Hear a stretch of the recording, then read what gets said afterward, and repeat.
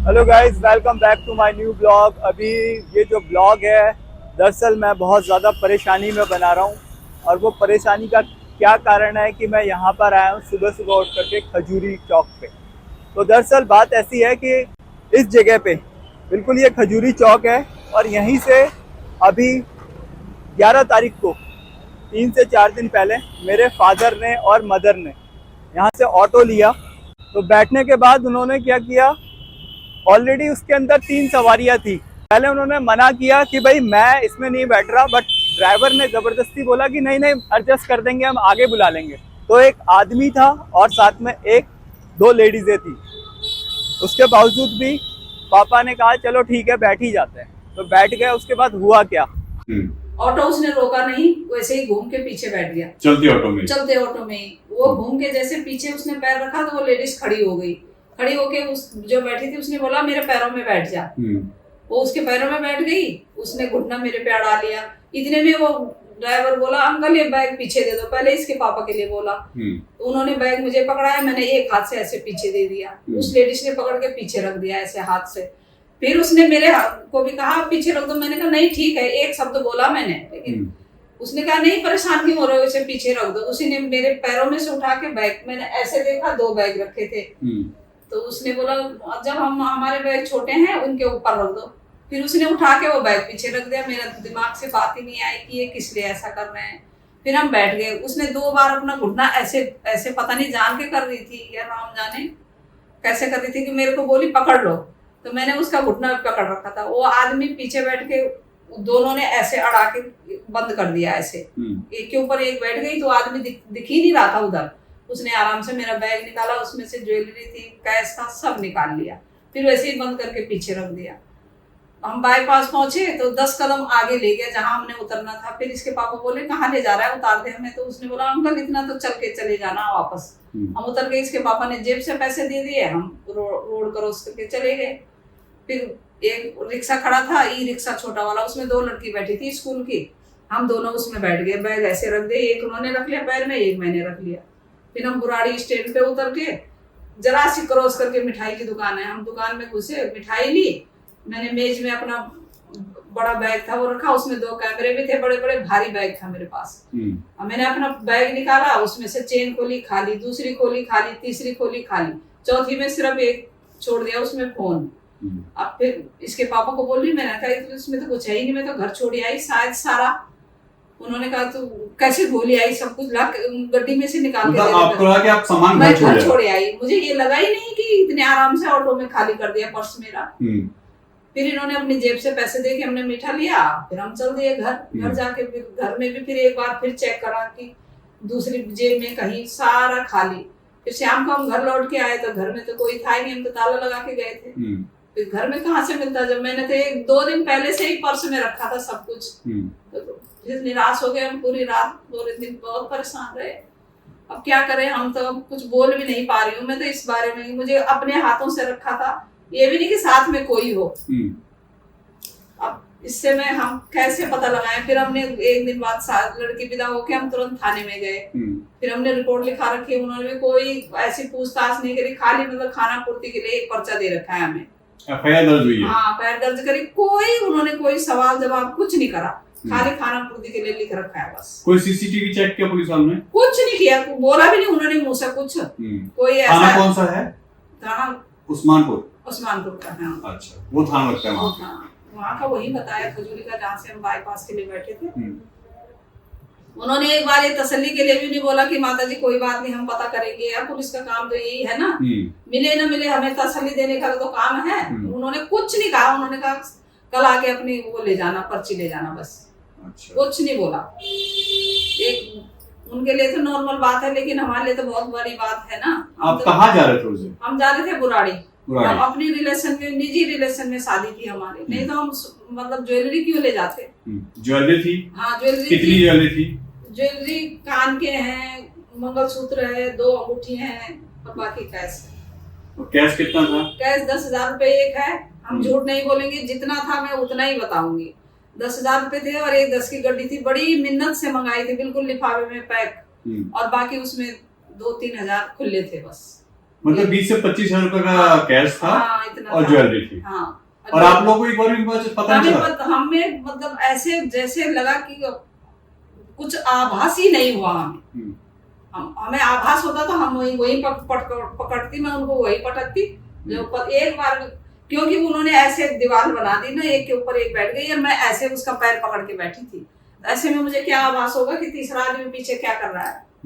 यानी वो सब मिले हुए थे? वो चारों के चारों, उसमें ड्राइवर का पहले हाथ है।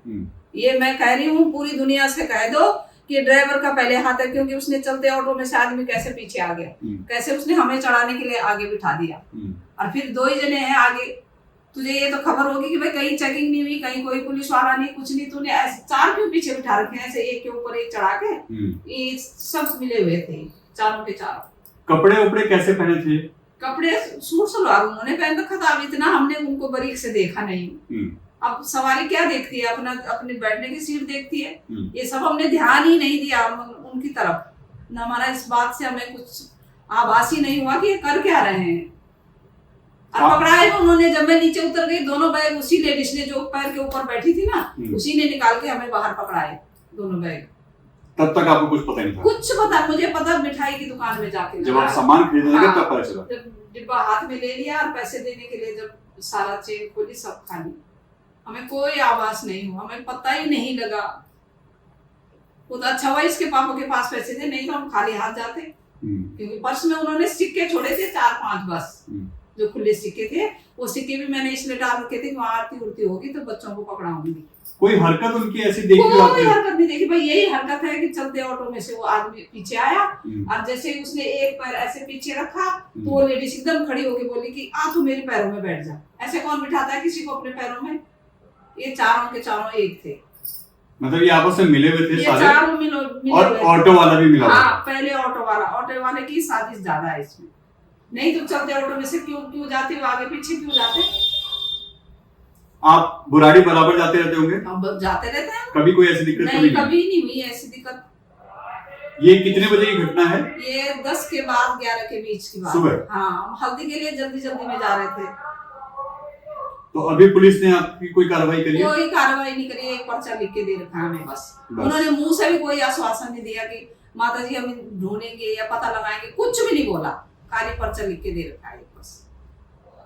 तो ऑटो बस थोड़ा सा आगे तक चला होगा, यहाँ से अप्रोक्स सिर्फ 40-50 कदम की दूरी पे गया होगा। और आगे एक सीसीटीवी कैमरा लगा है, वो देखो सामने ऊपर वो सीसीटीवी कैमरा लगा है, एक उधर लगा है और एक उस साइड लगा है, यानी दोनों साइड में सीसीटीवी कैमरा है।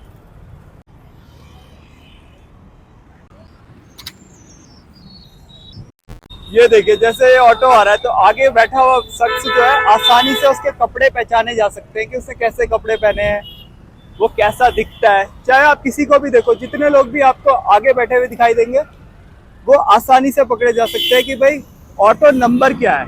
क्योंकि पुलिस वाला या कोई भी व्यक्ति मुझसे सिर्फ यही सवाल करता है, भाई ऑटो नंबर देखा, ऑटो नंबर देखा। तो ऑटो नंबर उसने देखा ना, कैमरे ने, कैमरा कोई ज्यादा दूर नहीं है, वो देखो ये रहा कैमरा, ये रहा कैमरा और ये लोग है। तो ये सारे के सारे लोग जो दिख रहे हैं कैमरे में दिख रहे हैं। तो अगर ये किसी भी ऑटो में या किसी भी बस में बैठेंगे तो दिख जाएगा कि कौन सी बस में बैठ रहे हैं, किस ऑटो में बैठ रहे हैं। तो बहुत बड़ा टास्क नहीं है ये, खास तौर से हमारी पुलिस के लिए। बस करना क्या है भाई, बैठते हुए देखना है और मैं फोटो दिखा दूंगा कि भाई ये फोटो है, इस तरीके के ड्रेस पहनी है मम्मी ने या पापा ने, बस इतना सा काम करना है और आसानी से हमारा जो नुकसान हुआ है वो हासिल हो सकता है और पुलिस को भी इसमें वाहवाही मिल सकती है कि भाई उन्होंने अच्छा काम करके दिखाया। ये देखो एक और ऑटो, इसमें भी आसानी से पहचाना जा सकता है कि भाई आगे बैठे हुए शख्स ने क्या पहना है। अभी मैं ये चेक करने जा रहा हूँ कि यहाँ से जैसे उन्होंने ऑटो लिया मेरे मदर फादर ने, तो आगे तक गया तो जो वो सीसीटीवी कैमरा लगा है, अभी मैं उस पोजीशन तक तो नहीं लेकिन काफ़ी हद तक वहाँ तक अपने इस मोबाइल कैमरे को लेके जाऊँगा। तो मैं वहाँ से नोटिस करूँगा कि अगर कोई ऑटो जा रहा है तो क्या मेरा मोबाइल कैमरा उसको कैप्चर कर पा रहा है, उस वीडियो को बना पा रहा है, जो व्यक्ति उसके अंदर बैठा हुआ है वो दिख रहा है प्रॉपर, उसका ड्रेस दिख रहा है या नहीं दिख रहा। क्योंकि ड्रेस से मतलब ये है कि ड्रेस के माध्यम से हम ये जान सकेंगे कि आखिर उस ऑटो का नंबर क्या था। क्योंकि जब यहाँ से ऑटो कोई भी जाएगा तो आसानी से, इतना बड़ा अगर कैमरा लगा है और ये वर्किंग है, मैं ये भी नहीं कह सकता कि ये वर्किंग नहीं होगा, ये वर्किंग होगा, तो ऑटो हो चाहे वो बस हो चाहे वो छोटी सी गाड़ी क्यों ना हो, आसानी से उसमें देखा जा सकता है कि कौन सा शख्स बैठ रहा है और ऑटो का नंबर क्या है। ये देखो मैं काफ़ी ऊंचाई पे खड़ा हो गया हूँ और यहाँ से मैं किसी भी शख्स को या किसी भी गाड़ी को आसानी से देख सकता हूँ, चाहे वो नंबर ही क्यों ना हो किसी गाड़ी का, इस कैमरे में सब आ रहा है। तो ये अब मैंने थोड़ा सा और ऊंचा भी कर दिया है, ये देखो उसकी हाइट में और इसकी हाइट में सिर्फ 2-3 फीट का अंतर है और उतना तो होगा ही। तो जब कैमरा मोबाइल का सब कुछ रिकॉर्ड कर पा रहा है यहाँ से, देखो ऑटो में चाहे कोई भी जा रहा है या बैठ रहा है, यहाँ से आसानी से दिख रहा है। इवन जो लास्ट में यानी जहाँ पर मम्मी पापा खड़े थे, वो उस पॉइंट पे जहाँ वो ट्रक सा खड़ा है, वहाँ से उन्होंने ऑटो लिया है। तो जब ये मोबाइल का कैमरा इतना अच्छा काम कर सकता है और जब वो लोग आगे निकले होंगे, जैसे अभी ये ऑटो आगे आ रहा है, तो देखो मैं बताता हूँ कि ये ऑटो आगे आया और इसका नंबर दिख रहा है, पूरा दिख रहा है, और जो आगे या पीछे जो भी लेडीज़ बैठी है वो दिख भी रही है।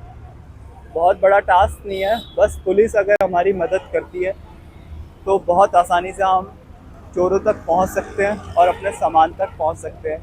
मैं थोड़ा सा और आगे आया हूं ये देखने के लिए कि रोड पे कहीं और भी सीसीटीवी कैमरा लगा है। तो जैसे ही मैं थोड़ा आगे बढ़ा हूँ, सिर्फ 100 मीटर की आगे बढ़ाऊँगा, तो ये देखिए एक और कैमरा लगा हुआ है, ये रहा।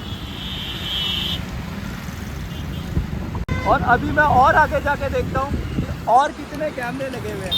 तो भाई और क्या चाहिए हमें किसी चीज़ को पता लगाने के लिए कि किस गाड़ी का नंबर क्या है और उस गाड़ी में कौन सा शख्स बैठा हुआ है, क्योंकि वो शख्स अंदर नहीं बैठे, मेरे पापा बाहर बैठे हैं एक साइड में, लेफ़्ट साइड में, और जो दूसरा बंदा है वो पहले राइट साइड में बैठा था और वो चलते हुए ऑटो से पीछे बैठा है। तो इसका मतलब क्या है कि बहुत आसानी से हम सीसीटीवी कैमरे में पता लगा सकते हैं। एक कैमरा ये लगा हुआ, ये देखिए यहाँ पे कौवा बैठा है, वहाँ पे कैमरा दिख रहा है और ये मेन रोड चल रही है। तो भाई कैसे कह सकता हूँ मैं कि हम पता लगा रहे हैं या पुलिस वाले पता लगाएंगे, जैसे ही वो पता लगाएंगे बहुत आसानी से पता लग सकता है। उनको सिर्फ ये सीसीटीवी कैमरे देखने हैं। और ये देखो मैं सिग्नेचर ब्रिज के बिल्कुल पास पहुँच गया हूँ और अभी आगे मैं और दिखाऊंगा कि और कैमरे भी लगे हुए हैं। सबसे बड़ी बात यह है कि जो ये कैमरे लगे हैं और जो ये वारदात हुई है, ये सुबह के टाइम हुई है 10 से 11 बजे के बीच में। अगर रात के टाइम होती तो मैं ये मान लेता कि भाई हो सकता है सीसीटीवी कैमरे पे ना आया हो, बट यहाँ पर भी सीसीटीवी कैमरे लगे हैं। ये देखिए एक कैमरा ये लगा हुआ। तो भाई ये कैमरे काम करते हैं, सारा काम करते हैं ये। अब ये कब एक आम इंसान को, क्योंकि भाई मैं तो एक आम इंसान हूँ, मेरे माँ बाप बिल्कुल आम इंसान हैं, तब वो मेरी मदद में काम आएंगे, ये देखने वाली बात है। हर दूसरे खंबे पे एक कैमरा लगा हुआ है, हर दूसरे खंबे पे दूर दूर तक मुझे दिख रहा है। तो भाई ये कैमरे किस लिए लगे हैं? इसीलिए तो लगे हैं कि भाई कोई गलत वारदात ना हो जाए, अदरवाइज़ क्यों लगते। पूरे रास्ते में कैमरे नज़र आ रहे हैं मेरे को। तो बस करना क्या है, खगालना है कि भाई 10 बजे से लेके 11 बजे के बीच में इस ऑटो में जो व्यक्ति जा रहे हैं, इस ऑटो का नंबर क्या है, बस और कुछ नहीं देखना। बस बहुत आसानी से हम पकड़े जा सकते हैं वो लोग जिन्होंने ये वारदात की है। देखो मैं दिखाता जा रहा हूँ हर जगह, जहाँ जहाँ कैमरे सब दिख रहे हैं। देखो ये भी कैमरा लगा है। सो फ्रेंड्स, ये सारी जानकारी आप लोगों के साथ शेयर करने का रीज़न एक ये भी है कि हो सकता है कि जीवन में कभी भी इस तरीके की प्रॉब्लम किसी और के साथ ना हो, क्योंकि ऐसा होता रहता है। और इस वीडियो को देखने के बाद ये चांसेस थोड़े से कम हो जाएंगे, क्योंकि लोग अलर्ट हो जाते हैं। तो इस वजह से मैंने ये वीडियो शूट किया। दूसरा तो रीज़न आपको पता चली गया कि मैं चाहता हूँ कि कैसे भी करके वो सामान तक हम लोग पहुँच जाए, वो पुलिस वाले हमारी मदद कर पाएँ। तो मिलेंगे हम बहुत जल्द नेक्स्ट ब्लॉग में, तब तक के लिए बाय बाय।